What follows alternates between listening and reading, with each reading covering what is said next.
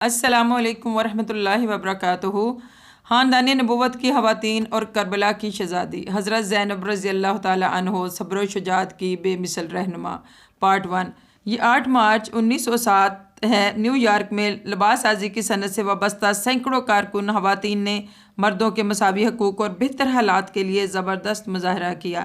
ان کا مطالبہ تھا کہ 10 گھنٹے محنت کے عوض معقول تنخواہیں دی جائیں۔ ان کے اس احتجاج پر پولیس نے لاٹھی چارج کیا۔ ٹھیک 1 سال بعد 8 مارچ 1908 کو پھر یہ خواتین سڑکوں پر نکل آئیں اور بچوں کے جبری مشقت کے خلاف اور انتخابات میں خواتین کے ووٹ کے حق میں پھر مظاہرہ کیا۔ اس مظاہرے پر بھی حکومتی مشینری نے پولیس کے ذریعے تشدد کیا۔ گھڑ سواری پولیس نے سڑکوں پر خواتین کو زردکوب کیا، بالوں سے پکڑ کر گھسیٹا اور جیلوں میں بند کر دیا۔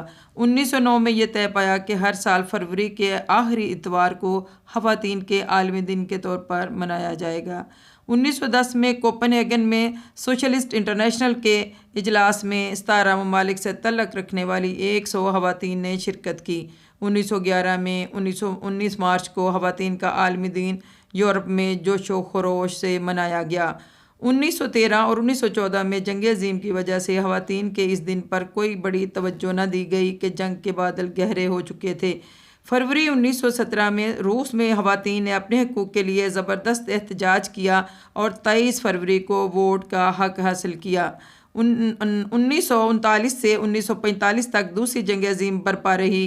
1957 میں چین نے خواتین کا عالمی دن منانے کا اعلان کیا۔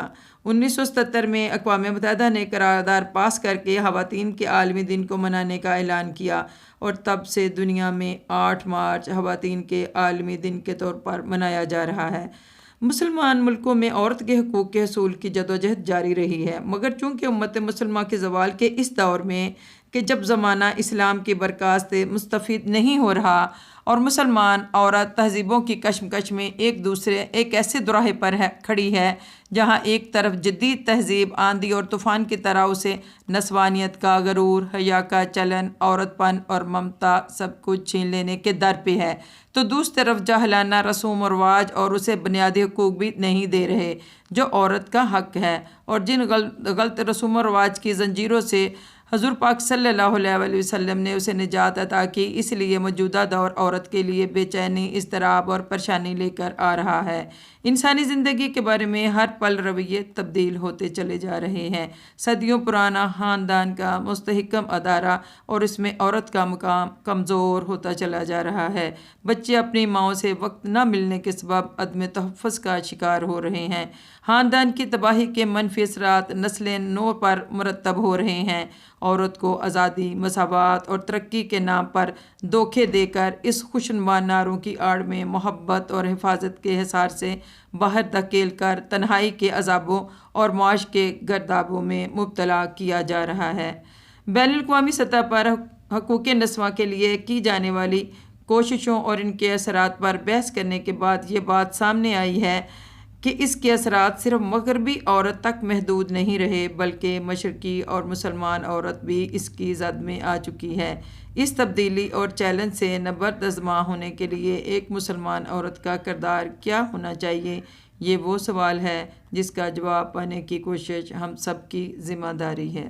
اس سوال کے جواب میں سوچ و بچار کی گئی کہ پوری دنیا میں امت مسلمہ کی تاریخ کے روشن کرداروں سے، خصوصاً امہات المؤمنین اور خاندان نبوت صلی اللہ علیہ وسلم کے روشن میناروں سے آج کی نوجوان نسل بالکل ناواقف ہے۔ ان کو اگر کوئی معلومات ملتی بھی ہے تو ان کو اپنے لیے مثال بنانا اور انہیں آج کے دور پر لاگو کرنا مشکلات پیش آتی ہیں۔ اس لیے ایک مشاورت میں طے ہوا کہ ہر سال عالمی یوم خواتین پر تاریخ اسلام کی روشن قندیلوں سے آج کی نسل کو واقف کرانے کے لیے ان کے روشن کرداروں کو عنوان بنایا جائے گا۔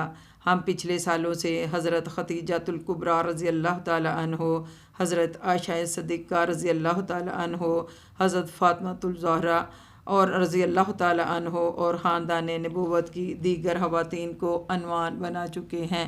عورت کے عالمی دن کے موقع پر اس سال حضرت زینب بنت علی رضی اللہ تعالیٰ عنہ جو خاتون کربلا کا لقب حاصل کر چکی ہیں کو بطور نمونہ پیش کرنے کی سعادت حاصل کر رہے ہیں۔ تاکہ آج کی عورت ان خوبیوں سے اپنے کردار کو منور کر سکیں جو ان عظیم الشان ہستیوں کو زندہ جاوید بنا چکی ہیں۔ عورت کی ترقی کا راز خاندان کے ادارے کے لیے ان روشن چراغوں کی سیرت پر عمل کرنے میں پنہاں ہے۔ امید ہے کہ ان کے عمل کی یہ روشنی ہمارے آنے والی نسلوں کے لیے بھی آفتاب تازہ کی کرنوں کی مانند روشنی اور توانائی کا ذریعہ بنے گی۔ امت کے درماندہ قافلے ان سے رہنمائی لیتے ہوئے منزل کی جانب آگے بڑھیں گے۔ سارے مرد، سارے بہادر شہید کر دیے گئے۔ اب قافلے میں بچے تھے پر یہاں پریشان حال خواتین تھیں۔ یہ قافلہ جو کوفہ والوں کی دعوت پر اللہ کا کلم بلند کرنے کے لیے اپنے حسین کی قیادت میں روانہ ہوتا ہے، کربلا میں طے کر دیا گیا تھا، سردار سے محروم کر دیا گیا تھا۔ سنبھالنے اور رہنمائی کرنے والا کوئی نہیں تھا۔ چاروں طرف خوف تھا، تاریکی تھی، جبر کی آندھی تھی، ظلم کا طوفان تھا اور موت کا سکوت تھا۔ ایسے میں لٹے قافلے کی وہ شہسوار اٹھی اور قیادت کا پرچم ہاتھ میں تھام لیا۔ جب بڑی بڑی معتبر زبانیں کنگ ہو چکی تھی، یزید اور ابن زیاد کا ظلم سر چڑھ کر بول رہا تھا، جھوٹ اور فریب کا آندھی سب کچھ اپنی گرفت میں لے چکی تھی اور کوفہ کی گلیوں میں بجائے جا رہے تھے، نکارچی اعلان کر رہے تھے کوفہ پر حملہ آور ہونے والے خارجیوں کی جماعت قتل کر دی گئی ہے، حملہ ناکام بنا دیا گیا ہے اور اب ان کے اہل خانہ کو لایا جا رہا ہے۔ اور جب چشم فلک پر یہ منظر دیکھ کر رو پڑا کہ خواندہ